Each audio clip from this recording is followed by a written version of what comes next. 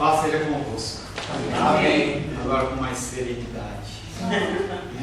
Com mais amor, uma voz mais terna. Estamos nesse segundo período tratando sobre o ser de Deus, seus atributos. Nós estamos falando sobre imutabilidade de Deus. Eu mudo, Deus não muda. Depois os mais novos, Felipe, Gabriel e Débora, vocês sabiam que os produtos, eu posso errar a data, tá? Mas mais ou menos, há uns 15 anos atrás não tinha data de validade dos produtos. Você comia até ficar verde. Enquanto não era ficava verde, né, não é? Enquanto não ficasse verde, ou tivesse pedido, ou com mofo, aqueles floquinhos, o cara arrancava um pedaço e comia. E ninguém ficava doente. Agora, tudo tem validade. Deus não tem validade. Ele é imutável. Tá?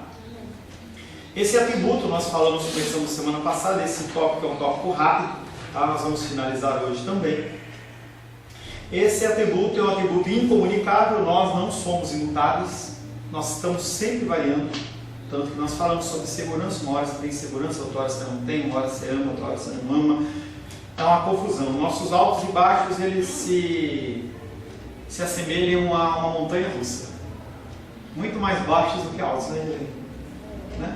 Parece que a gente consegue ver mais na parte baixa do que na parte alta. Não, mas ele sobe e desce, nós ficamos mais embaixo. Pastor, é que para baixo todo santo ajuda. O problema é que embaixo você fica e não sobe. Descer é fácil, entendeu? Até Cristo desceu. Quando a gente vê ele no jardim de Getsemane, Senhor, Senhor, porque...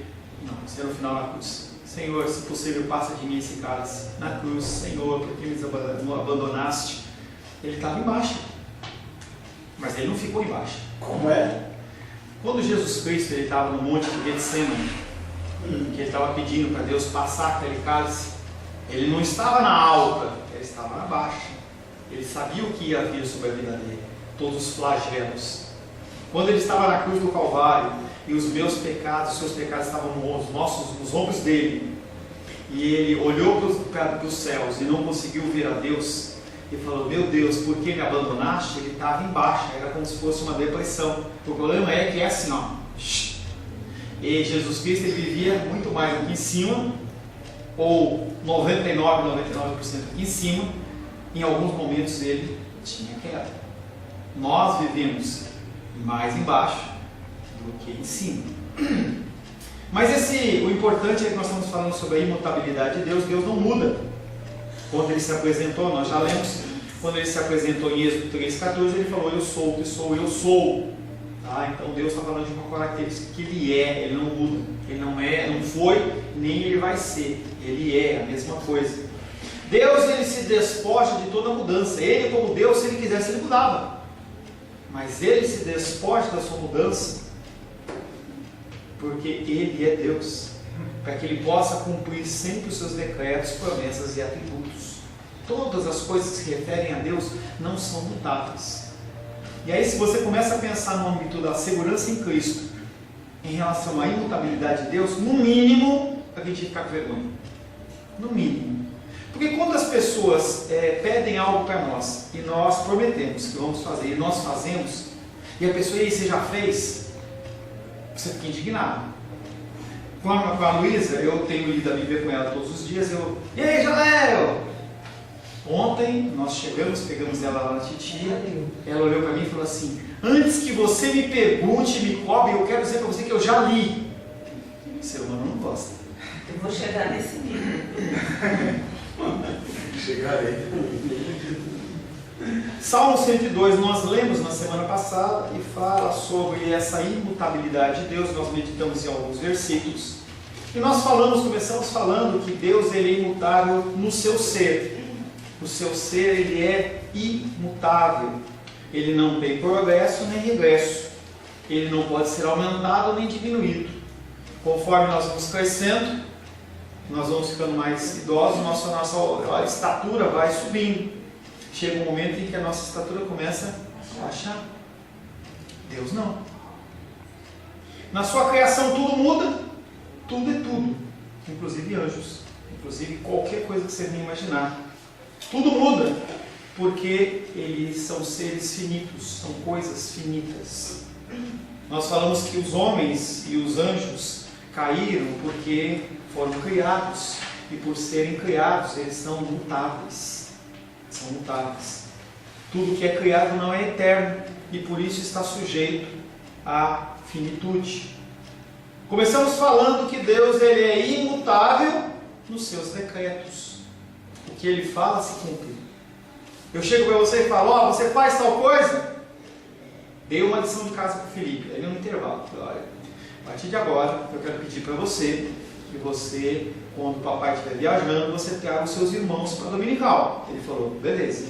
Será que ele vai cumprir? Ele é falho, ele é pecador, pode ser que esqueça, pode ser que não esqueça. Deus, ele não ele falou que a coisa vai acontecer, vai acontecer. Por isso que a salvação ela não é mutável. A justificação de Cristo sobre a minha vida e a sua vida não tem alteração, porque eu adulterei ou porque não. Nós nos afastamos do relacionamento com o Senhor. Mas se você foi lavado e examido pelo sangue do Senhor, vai chegar uma hora que você se arrepende do seu pecado e você volta. Aleluia. Ele decreta todos os acontecimentos, grandes ou pequenos, sejam diretamente relacionados com a história da redenção ou não. Tudo que acontece em nosso mundo e em nossa vida pessoal é produto da vontade permissiva e decretiva de Deus, e nós já falamos na semana passada algumas coisas. E se você parar para pensar das coisas mais absurdas, Deus está no controle. Mais absurdas, Amém. Deus está no controle. E as coisas que são ruins, Deus está no controle. Falava com uma dos reis aqui no intervalo. A ação de Nabucodonosor, que não era um homem cristão, não fica pensando que Ciro, quando você lê, acho que é Isaías 45, Ciro, rei da Pérsia, ungido do Senhor, ele era um cara que era devoto, ele tinha três orações. Não, gente, vai estudar história. Tira um tempo e vai estudar. Ou então, melhor, pega o telefone um dia que a Débora não estiver em aula, vai lá e fala assim, Débora, eu queria saber um pouco o que a história fala de Ciro, rei da Pérsia, ou de Nabucodonosor. Você vai preparar a aula. E aí, o que vai acontecer é que a história vai relatar o que eram esses homens. Tem um filme em que aparece 300, é um filme muito violento, muito violento, não estou recomendando você para ver. Mas a história é, o povo da Babilônia, eles vêm avançando e conquistando tudo, e quando eles estão chegando nessa região lá, que tinha, qual que era a região? Esparta. Esparta, é Grécia, né? É Grécia. Quando estava chegando naquela região da Grécia lá, aquele povo chegava com todos aqueles escravos que lutavam de toda forma e tentando matar a violentíssima coisa. Então aquele homem não tinha nada de Deus, mas ele foi um instrumento do Senhor. Ser instrumento do Senhor não quer dizer que a pessoa ela é cristã ou não é cristã. Entenda isso. Às vezes a gente vê pessoas fazendo milagres e maravilhas na televisão, algumas igrejas. Não quer dizer que aquela pessoa é de Deus, não. Deus pode estar usando aquela pessoa. Uma coisa para você ficar chocado, quando você vê uma igreja grande, 5.000 pessoas, 10.000 pessoas, e ali está pregando só o engano, e aquela igreja só cresce. Quem está por trás daquilo? Deus. Por quê? Porque Ele está testando o coração daquelas pessoas. O coração daquelas pessoas está através do quê? Da bênção de Deus ou de Deus. Se você quer apenas a bênção de Deus, Ele entrega para você. E aí o que acontece é que o seu coração vai sendo testado. Então, o que você vê ali não é para você sentir inveja, é para você ter alívio. Você fala assim, eu não estou naquele incômodo ali, eu não estou naquele engano, porque Deus abriu os meus olhos. Agora eu vou olhar para aquele povo e falar assim, ô povo besta, povo ignorante, né? Tem aquela ignorante. Ignorante é você. que acha que você conseguiu isso, que isso não é pela graça do Senhor. Você só está diferente. Deus olhou para você e falou assim: vou dar um docinho a mais, um chocolatinho a mais para esse aqui. Ó. Vou dar uma coxinha a mais para esse. Por causa disso você não está me engano. Então a gente tem que olhar para as pessoas com amor. Tem que olhar com amor, entendendo que a situação que você se encontra é uma situação em que Deus está no controle. Como aquela situação, se a pessoa não se converter, ela vai para o inferno. Oh, mas o cara tem uma igreja, milhares e tal, milagres, maravilhas. E daí? E uma das maiores lutas ministeriais dos pastores é exatamente essa. Confesso a você. Você olhar para uma coisa como essa e você não desejar para você. E eu não tenho uma igreja aqui com 10 mil pessoas, eu falando com o microfone. Ele decreta todos os acontecimentos, grandes ou pequenos. Tudo que acontece em nosso mundo e em nossa vida pessoal é produto de duas vontades. Permissiva de Deus, em que Ele permite que a coisa aconteça. Você quer ir? Vai. Depois Ele te traz. Mas Ele deixa você ir. Ou então Ele dirige, fala assim, vai acontecer assim. E você fala, não quero. Você pode até não querer, mas você vai fazer isso. Que nem a gente com o filho. Não, mas eu não estou com vontade. Quer? Luísa, hora de ler a Bíblia. Mas eu não perguntei. Hora de ler a Bíblia. A Rosângela vai falar para ela, faça tal coisa. Agora eu estou ocupado. Vou lá e falo, Luísa, você ouviu a sua mãe? Ela perguntou se você quer fazer ou se está com vontade de fazer. E vai fazer. Jó capítulo 23. Jó 23, versos 13 e 14. Gabriel. Jó o quê? 23, versos 13 e 14. Jó não seria eu, não? Se Jó fosse você, não estava na Bíblia. Jó 23. Mas se ele resolveu alguma coisa, quem pode dissuadir? O que ele deseja, isso fará. Pois ele cumpre o que está ordenado a meu respeito. E muitas coisas como esta ainda tem consigo. Aleluia. Perdeu o filho, perdeu saúde, está na miséria, está lá coçando o corpo com um carro. Mas se ele resolveu alguma coisa, quem pode mudar a ideia dele? Quem pode falar assim, não, agora você vai fazer assim. O que ele deseja, isso fará, pois ele cumprirá o que está ordenado ao meu respeito. O que está ordenado, que ele mesmo ordenou, vai se cumprir. E muitas coisas como estas, imagina, ele está falando assim que a situação dele pode ter muitas piores que essa. Muitas como essas ainda tem consigo. Ninguém dissuade ou muda Deus, convence Deus em fazer alguma coisa que Ele já decidiu fazer. Nem a sua oração, nem o seu jejum, nem a sua campanha, nem a sua ida no monte, nem você se chicotear. Nem todos os homens do mundo podem fazer Deus mudar de opinião quando Ele resolve fazer algo. Mesmo que seja doloroso, todos os homens se unem em comunhão na praça celestial e falam, Deus, muda! E aí, se Ele não quer mudar, Ele não muda. Todo mundo volta para casa, no máximo vai comer uma pizza, entendeu? Porque não vai acontecer absolutamente nada. O crente Jó, e era crente, hein? Jó era crente, sabia disso? Não tinha Cristo, mas ele era crente, hein? O crente Jó tinha consciência plena de que o sofrimento pela qual ele passava era produto dos decretos imutáveis de Deus. E por que é diferente com você? Não é. Não é. As coisas que você passa, ou Deus mandou, ou permitiu. Ou Ele mandou, ou Ele permitiu. Eu sou crente, mas... Eu sei Deus. Ele falava, sai do ventre da minha mãe.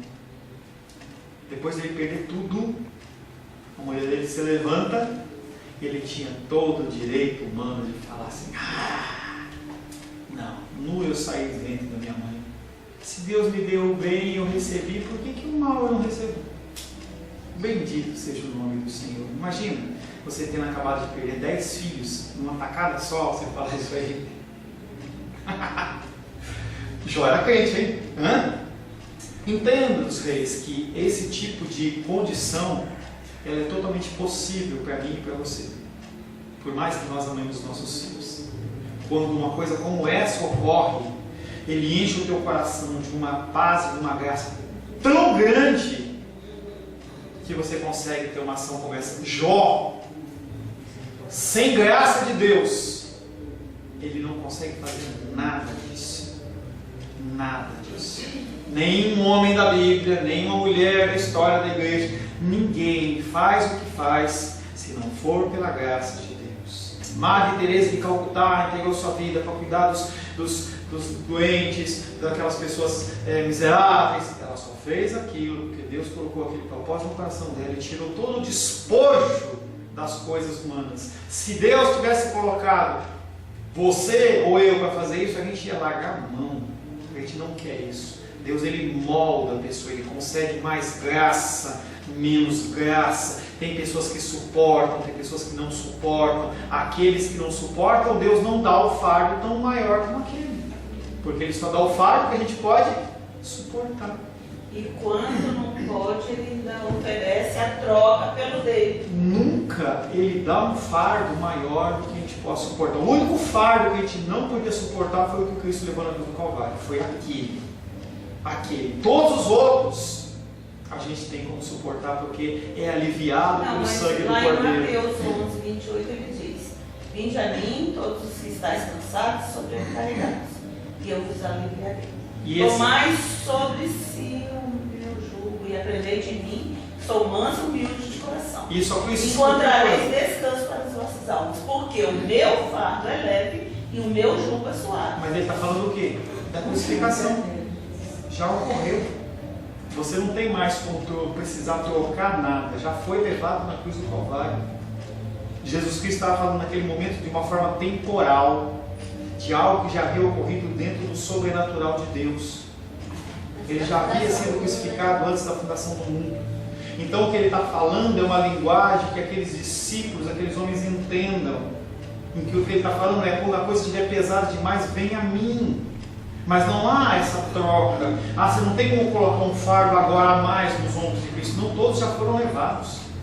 Não há mais fardo a ser colocado, porque os fardos já foram colocados, tão pesados que afastaram naquele momento Deus de Jesus Cristo.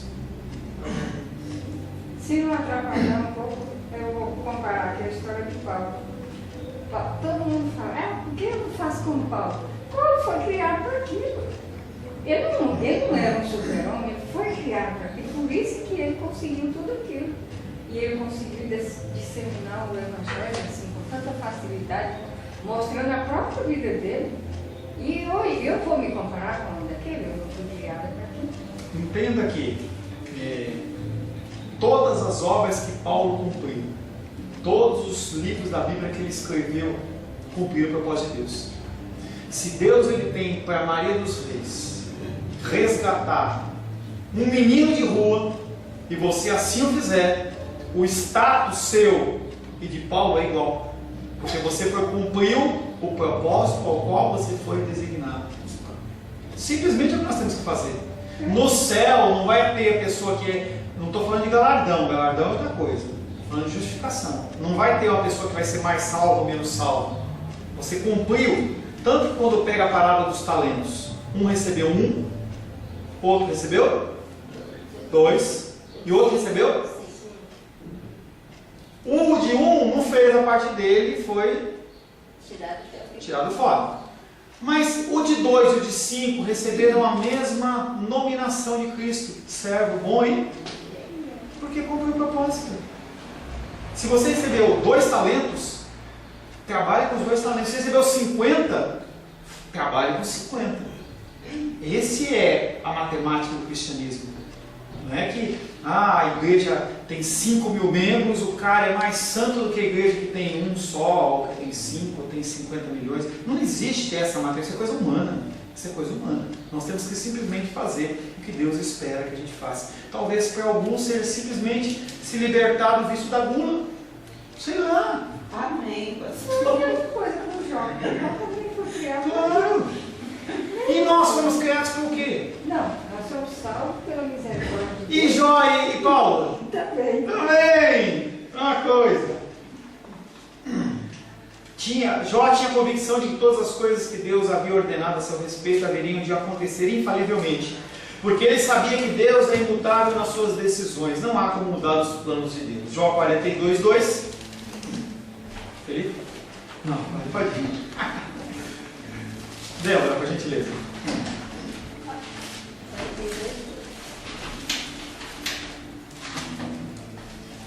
Bem sei que tu podes, e nenhum dos teus planos pode ser frustrado. Nada pode deixar de acontecer que Deus mandou.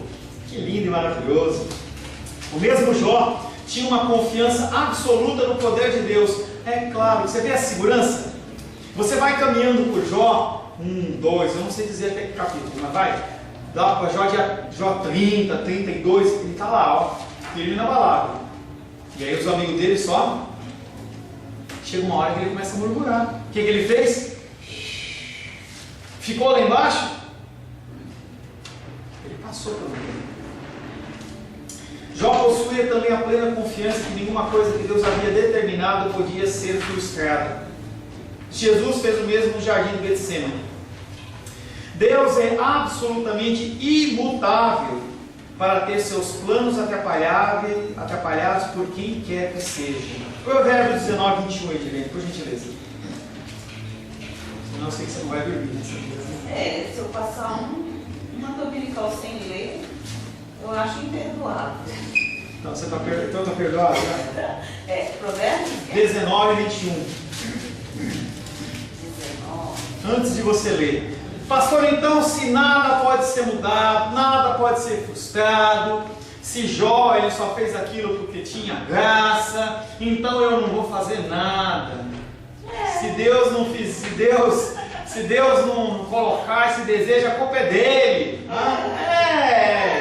Entendeu? Se eu não leio a Bíblia, a culpa é de Deus. Se eu não oro, a culpa é de Deus. Gente, nós temos o nosso fator responsabilidade humana.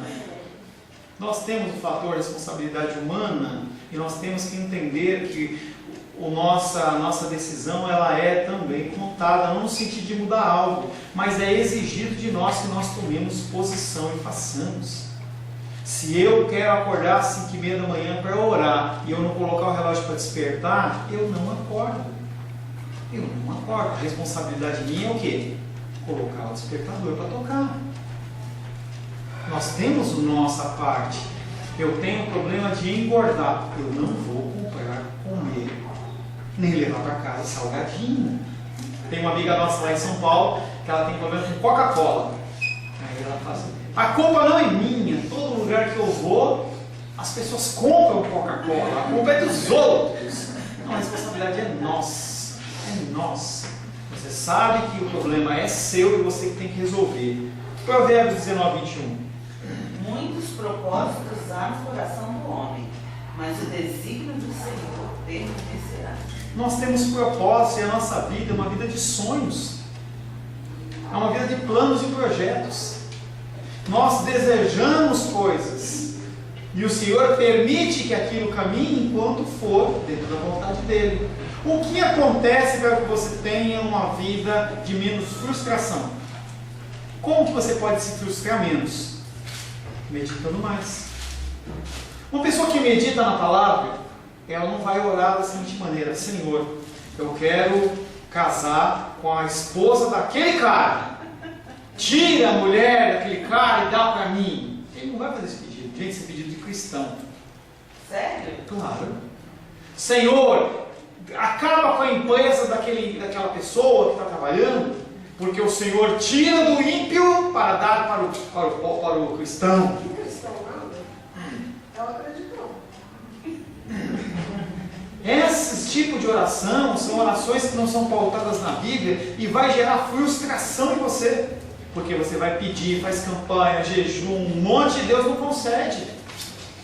Por isso que quanto mais você se dedica ao estudo da palavra, o que acontece? Os seus pedidos eles começam a ficar conforme a vontade do Senhor. Não é Ele que vai se mover para você, é você que se move para Ele. Você vai começar a pedir coisas que estão nas Escrituras. É lícito você pedir para a sua vida alimentos. É lícito eu pedir, por exemplo, para a nossa igreja, que o Senhor me envie almas. Mas qual a motivação do meu coração? Se a motivação do meu coração é ter mais pessoas ali, para eu falar assim, a minha igreja está crescendo, agora está com 50, agora está com 100. Se não cumprir a vontade do Senhor, cara, não vai. É para aumentar o dízimo, porque eu quero ficar com o meu coração tranquilo. Um desejo lícito, ele pode se tornar ilícito, depende da motivação do nosso coração, porque o nosso coração ele é enganoso. Nós temos os nossos propósitos, mas nós temos cada vez mais alinhar os nossos propósitos ao Senhor. Agora você cria um propósito, você nem apresenta a Deus. Você vai e faz, né? Vou e faço um contrato, e vou e faço, eu não oro, eu não preciso orar não, isso é de Deus, Deus quer a minha prosperidade, depois eu vou e fazer. Como diria o Roberto Carlos, né? Meu amigo Roberto Carlos, irado, cara. Gente, a gente toma as decisões sem consultar Deus. A gente tem que consultar Deus. O que acontece? Às vezes Deus age de misericórdia e fala, tadinho do meu filho, deixa eu dar mais uma chance para ele. Mas algumas vezes a gente se frustra. Isso acontece muito com casamento. Muito com casamento. Não, eu vou casar, mas Deus vai mudar. Não vai mudar nada. Só piora. Só piora. Mas na lista pedir um cônjuge segundo o coração de Deus? E quem pede? Eu peço. Que pede? Eu peço. Pede não. E até hoje. Pede nada. Você quer alguém para te fazer feliz, irmão? Até hoje ele não concedeu, pelo visto, não vai conceder. Os seres humanos podem fazer planos e os fazem constantemente, isso não é pecado. Você pode planejar a sua vida, tá? Todas as coisas que os homens planejam serão executadas contanto que estejam de acordo com os planos do Altíssimo. Se não estiver, você se frustra. Portanto, podemos concluir que Deus nunca fez um plano novo. Nós fazemos, Deus não. Tudo feito. Tudo feito. O plano dele está feito. Deus nunca começou tudo de novo. Nós começamos. Ele sempre teve uma vontade única e imutável. Os homens mudam seus planos. Deus? Não. Deus também é imutável nas suas promessas. Aleluia. Quando Deus promete algo ao ser humano, Ele não altera nunca as suas promessas. Deus não muda de opinião. Alguém pode ter a certeza, nós podemos ter a absoluta certeza de que Deus vai agir segundo as suas promessas, porque isso é a expressão natural da sua natureza imutável. Porque Ele é imutável, Ele cumpre as suas promessas. 2 Timóteo 2,13 diz: se somos infiéis, permanece fiel, pois de maneira nenhuma pode negar-se a si mesmo. Hoje pela manhã estava uma postagem no Facebook assim: da mesma maneira que você trata o seu pastor, assim Deus vai tratar você. E eu fiquei olhando aquilo. Aí o povo lá assim, verdade. Aí a pastora falou assim: a quem honra, honra. Aí eu coloquei embaixo um texto lá, vamos excluir, né? Mas aí eu coloquei lá, falei, eu sou tão miserável. E eu fiz uma dentro dos nossos entendimentos. Mas as pessoas, elas acham que Deus, Ele muda o comportamento. Olha, porque a menos que esteja falando a palavra. Se eu tratar mal a Rosângela, se eu não cuidar dela de uma forma como Cristo amou a igreja, sabe o que acontece com as minhas orações? Elas são impedidas. Só chega até aqui. Nem chega. Teto de bronze, o pentecostal gosta de fazer isso, né? Teto de bronze, não passa. Porque Deus fala: se você não cuidar da sua esposa como eu cuidei da igreja, as suas orações vão ser bloqueadas. Pastor, deixa eu tirar uma dúvida. Tire. Olha, eu fui orar, estava orando ali por uma pessoa, e Deus esvaziou minha mente de tal forma que eu não conseguia pensar nada, não saía uma palavra, não lembrava de nada. Ficou vazio, totalmente vazio minha mente. O que é isso? Tempo de parar de orar para essa pessoa. Olha, por mais que eu tentasse, não tinha nada, eu estava totalmente vazio. não contenda com o Senhor. A fidelidade de Deus não deve ser entendida como fidelidade aos homens, e aí também é uma confusão. A fidelidade dele para conosco não é por nossa causa, é por causa da palavra dele, é porque ele falou, não é porque nós merecemos, não é porque nós somos as florzinhas de Jesus ou os cravos de Jesus. Tem mais cravo do que flor, né? Tem escravos espremidas, fedidos lá, né? Ele faz promessas e permanece fiel a elas. A sua fidelidade é uma maneira de ele nunca negar-se a si mesmo. Deus nunca pode falar algo e depois dizer que não falou ou não cumpriu o que disse. Ele tem o dever para consigo próprio de ser fiel naquilo que promete. Ele agiria contra si mesmo se não fosse fiel. É tolice pensar na imutabilidade de Deus e duvidar das suas promessas. Nós somos tolos. A fidelidade de Deus está baseada na sua imutabilidade. Última, Deus é imutável nos seus atributos. Ele é imutável no seu amor. Ele vai continuar amando você na mesma medida. Ele não aumenta o amor porque você ajudou uma criança. Ele não aumenta o amor por você porque você cumpriu uma ordenança. Não, ele continua mantendo o mesmo amor, porque o amor dele é imutável. O meu e o seu, sim. Se você não me der atenção, eu fico magoadinho com você. Mas Deus não. Jeremias 31:3. Quem achar rápido primeiro, leia. Você já leu? Jeremias 31:3, Rosângela.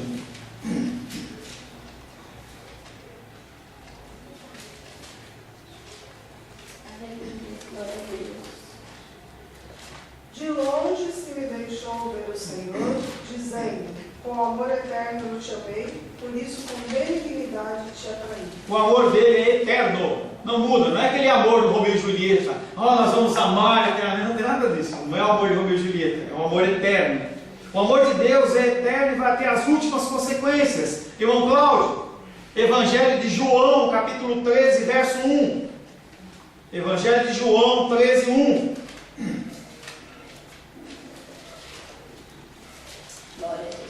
João 13, 1.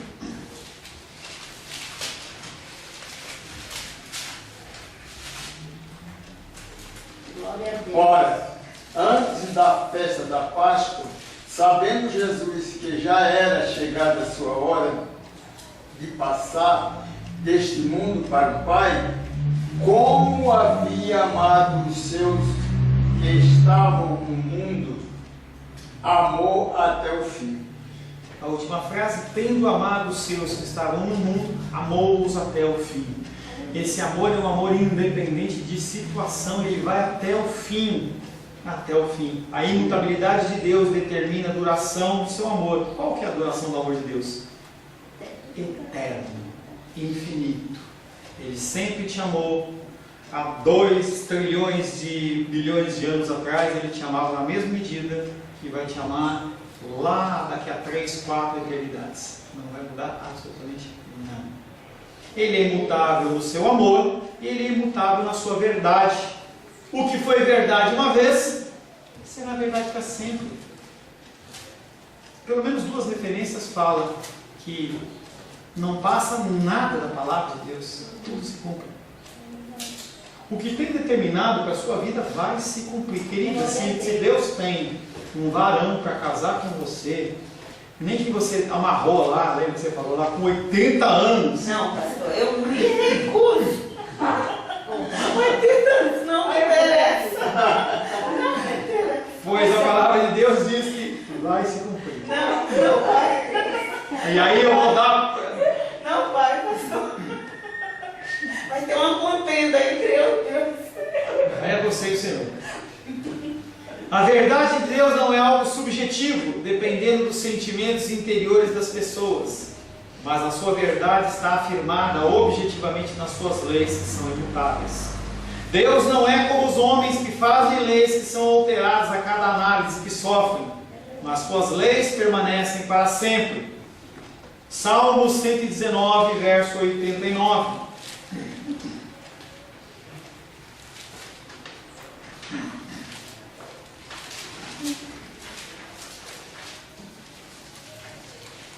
Para sempre, ó Senhor, está firmada a tua palavra no céu. Não só está firmada, mas ela é a que alicerça o céu. Tudo é apoiado na palavra de Deus. A verdade de Deus que está firmada nas Escrituras e firmada para sempre nos céus, ela é imutável. Tudo se acaba, tudo se deteriora, mas a verdade de Deus continua. Aleluia. Lucas 21:33, passará o céu e a terra, porém as minhas palavras não passarão.